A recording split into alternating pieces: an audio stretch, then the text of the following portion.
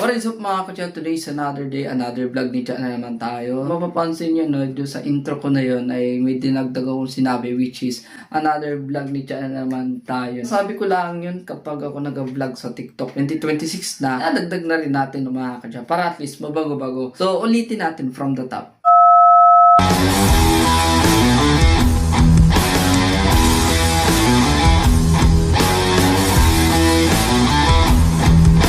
What is up mga kutya? Today is another day, another vlog di na naman tayo, no? Ngayon is year 2026 na. So tayo sa year 2025 and back to January na naman tayo, no? So another chapter, another vlog na naman yung ating gagawin this 2026. Hindi natin sure kung ba yung mga ipapakita ko or mga vlogs na gagawin natin this 2026. Hope na maayos yung magiging contents ko. Kasi medyo busy dahil sa mag-OJT na ako next week. I try my best no na makapag-upload pa rin ako kahit paano na mga kutya. Yun nga, 2026 na. Hope na ipag-pray natin na maging maayos yung taong 2026. Walang halong mga sakuna or anything else pa man mga kutya. Alam nyo naman na may nababalita na naman kagad ngayong January na yun, may mga tragedya or may mga something else pa man. Pray natin na maging maayos and walang anumang mga sakuna. Yun. Basta pray and pray as always mga kutya. Lagi ninyong tatandaan yan mga kutya. So sa video na ito no mga kutya, finally makakapagawa din tayo ng review and demo dito sa pedal na gustong gusto ko talaga. Itong pedal na ito ay hiram ko lang ito dun sa kilala ko, shoutout kay Kuya Alan Sagimo. So gusto ko talaga ito na madagdag sa rig ko, which is last year pa dapat pero medyo ano lang, parang nawala din sa isip ko. Pero yan, i-explain ko lang sa inyo no. Huwag na natin patagalin pa ang ating i-review na pedal which is ito. Yan. Alam kong familiar din naman kayo dito ng mga kutya. Ano bang kagandahan dito sa pedal nito? Huwag na natin patagalin pa. Umpisa na natin ang pag-demo and review itong pedal nito. So itong pedal nito which is Joyo Vintage Overdrive. Ayan, kung makikita naman ninyo. Itong pedal nito based on the classic tone or classic na overdrive na which is yun sa Ibanez na TS808 tone. Kumbaga kaparehas sila ng tunog ng mga kutya. Kumbaga copy siya ng mga kutya. Ito yung budget mill na kumbaga ginagaya nila yung sa mga high-end. Napakaganda rin itong pedal na ito kasi ang dami ko nang napapanood ng mga reviews.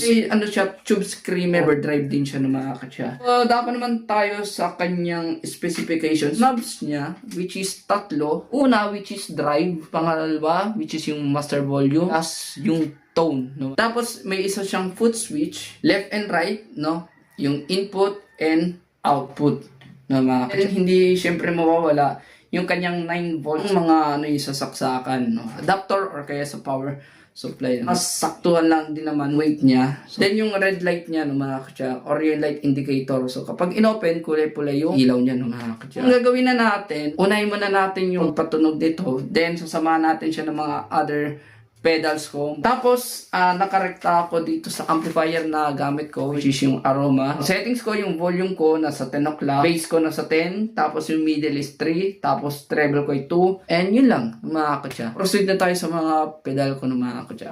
So, yun mga kutya, nandito na tayo sa aking mga pedal. As you can see naman doon sa yun, kabila kong camera. No? Ang ganda niyang tignan ng mga kutya. Mga kailangan ko talagang effects or pedal. Noise gate, compressor, tapos yung vintage overdrive, tapos isang overdrive pa rin, distortion, modulation, tapos reverb delay, tapos yung power supply. Diba? Ang gandang tingnan. Gusto ko rin talaga kasi itong bilhin doon kay Kuya Alan. Hope na magkapera nga para nandito nga tayo sa pedal ko.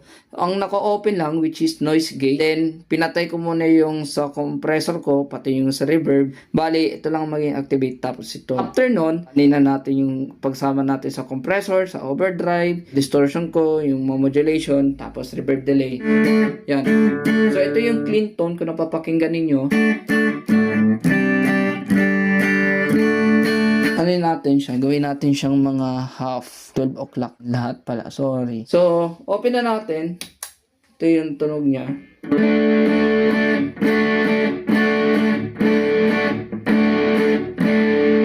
By the way pala ang gamit ko na gitara which is itong Ligaya Strat version 1. And pinamodify ko to pero abangan nyo na lang sa susunod na video. Yan. So, ito yung tunog.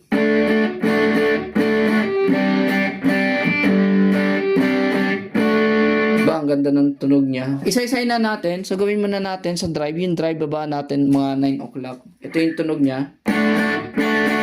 Kahit nakababa lang yung drive niya, may bigat pa rin. No? So, pag binaba natin around 8 o'clock, ganun din siya mga katsa. Pag pinatay natin, may konting break lang siya ng konti. Mga 1 o'clock.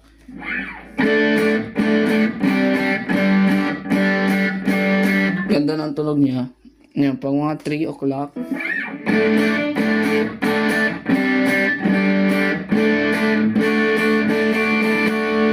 Yan. Pag sinagad naman natin, yan.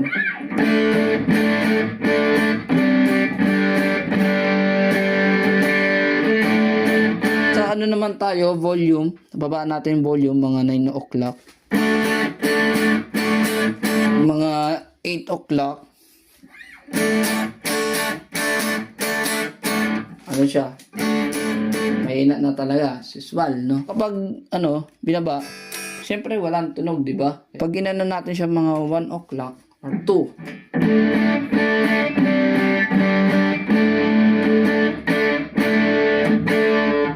Diba, lakas. Pag mga 3 o'clock,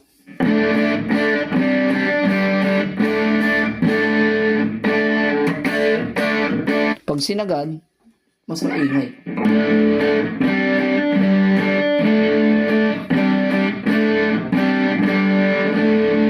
Diba? So, last, which is tone, baba natin siya ng mga 9 o'clock.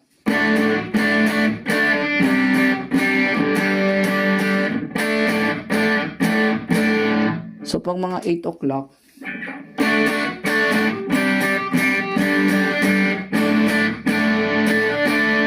pinatay natin. Walang buhay, di ba? Pangit pakinggan. Alas 2.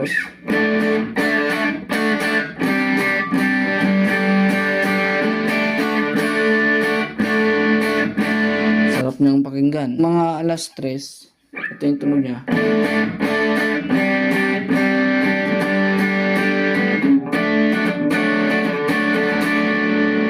Good siya. Pag sinagad natin, pinutunog niya.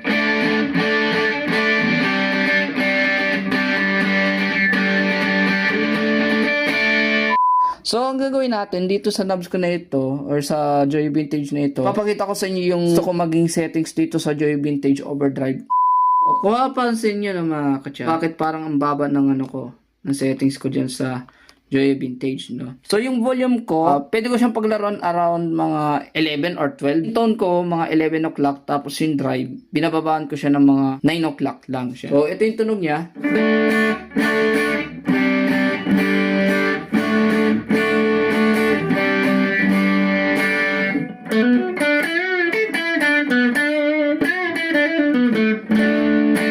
So, napakinggan naman ninyo yung tunog, no? So, ang gagawin natin ay ipagsasama din naman natin siya ng mga ibang pedal, no? So, unahin natin pag may compressor. Ang purpose ko pala dito sa Joy Vintage Overdrive, siya yung pagbabasehin kong less drive. Kung makikita nyo, may isa pa nga akong overdrive. Siya nga yung less drive, tapos ito yung parang may bigat na overdrive. In case sa pag magli-lead ako, hindi siya yung sobrang tapang na kailangan ko pa ng distortion watt. Nga, inopen ko na yung compressor, no? Tapos open tayo ng reverb para may konting buga. By the way pala, nung mga katsa, naka-raw video ako. Baga kung ano yung napapakinggan ninyo, siya na yun, no? Yun. Diba? Ang sarap niyang gamitin eh. Yun. Pag pinag-combine ko siya nitong compressor at nitong Joy Vintage, ang sarap niyang gamitin. Open tayo ng reverb.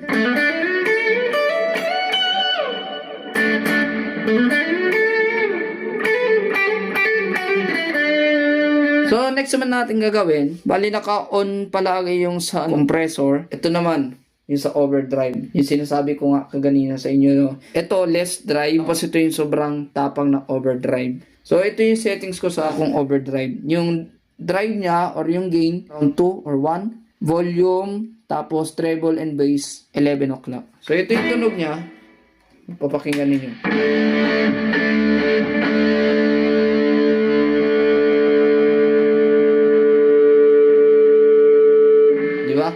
Sobrang tapang ng tunog niya.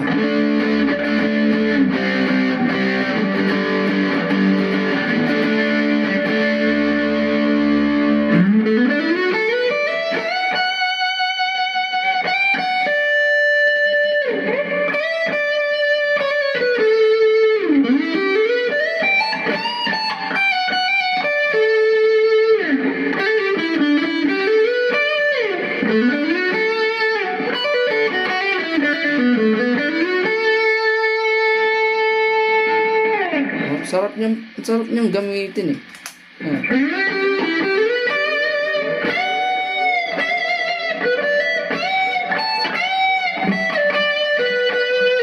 Kapag nakasingle ko yung strat ko,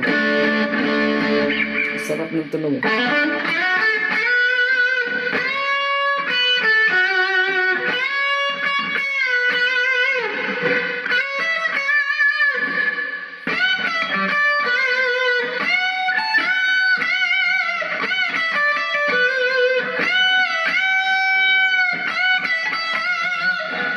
Pag neck,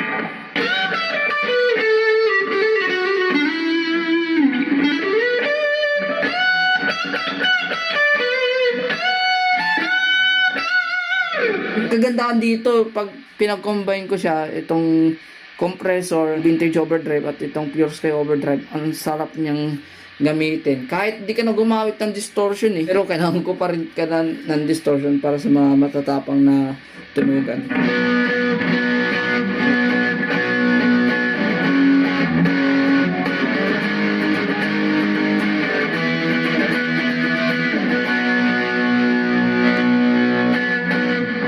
So, yun nga. So, next naman, ito na naman sa distortion natin, yung J-Cuff, no? So,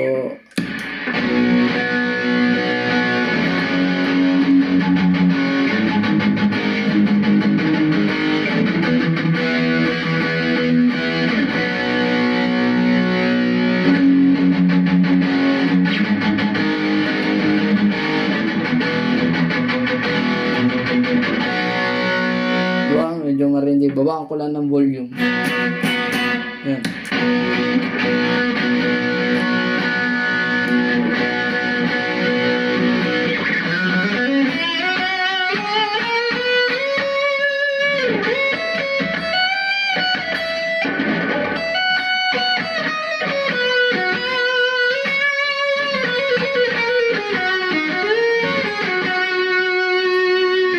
Pansin ko lang din, yung pag pinag-combine ko nitong vintage overdrive, pati yung sa distortion ko, bibilog yung tunog niya, pero may mga some na parang marinding pakinggan, pero goods din naman sa akin, pasok din naman sa taste ko yung tunog kapag pinagsama ko nitong vintage overdrive, pati nitong LTX drive. Ito yung tunog, overdrive na may vintage. So, kapag wala, ito yung tunog niya. Kapag ito naman, overdrive, ang isa distortion. Kapag wala,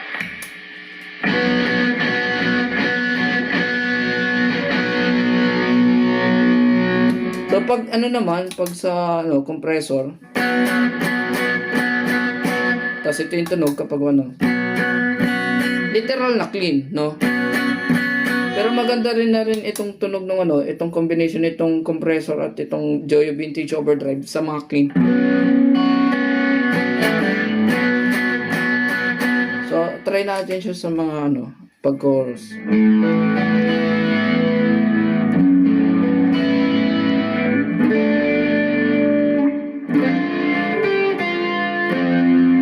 Yun.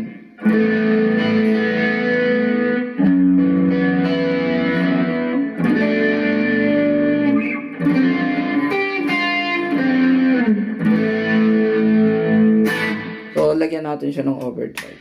Yan.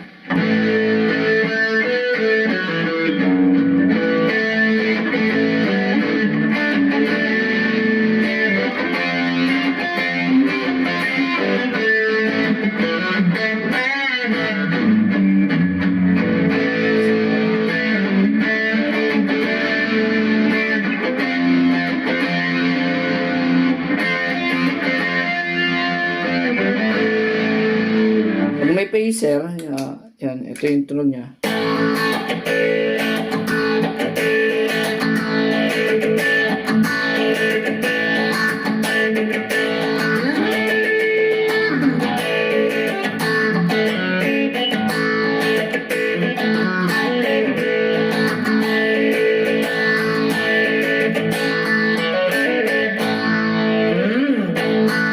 Di ba? Maganda. Pag sinamahan ko siya ng overdrive.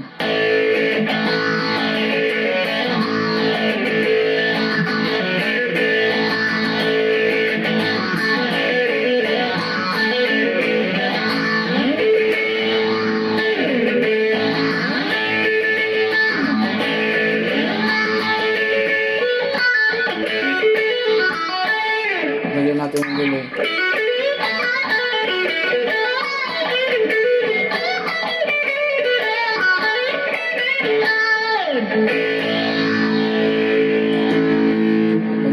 Pag sa distortion naman.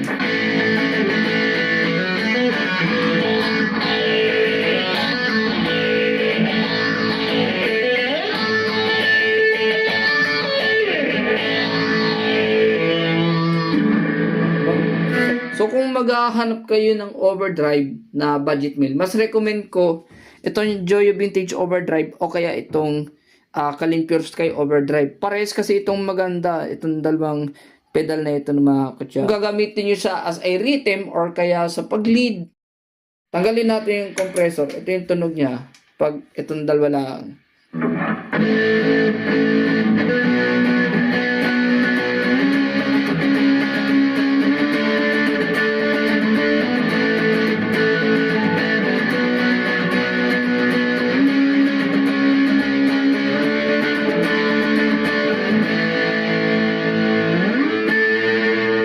At sa iyo na mga katsa yung ating review dito sa Joyo Vintage Overdrive ng mga katsa. So gagawa din tayo ng comparison about dito sa Joyo Vintage at sa Kalin Pure Sky Overdrive. And sa mga gustong bumili nito ang Joyo Vintage Overdrive ay available siya sa Lazada, Shopee or kung saan mang store like Guitar Pusher or kaya sa Laser. So kung may mga comments or may mga karagdagan pa kayo ay comment lang kayo dito sa video na ito para at least ay mabasa ko. So yun lang mga katsa, dito ko natapusin itong vlog ko na ito. Kung nagustuhan niyo itong video, please like and follow and subscribe kayo sa aking YouTube channel King Cha TV. Hit the notification bell para updated kayo sa mga upcoming videos ko ng mga katsa.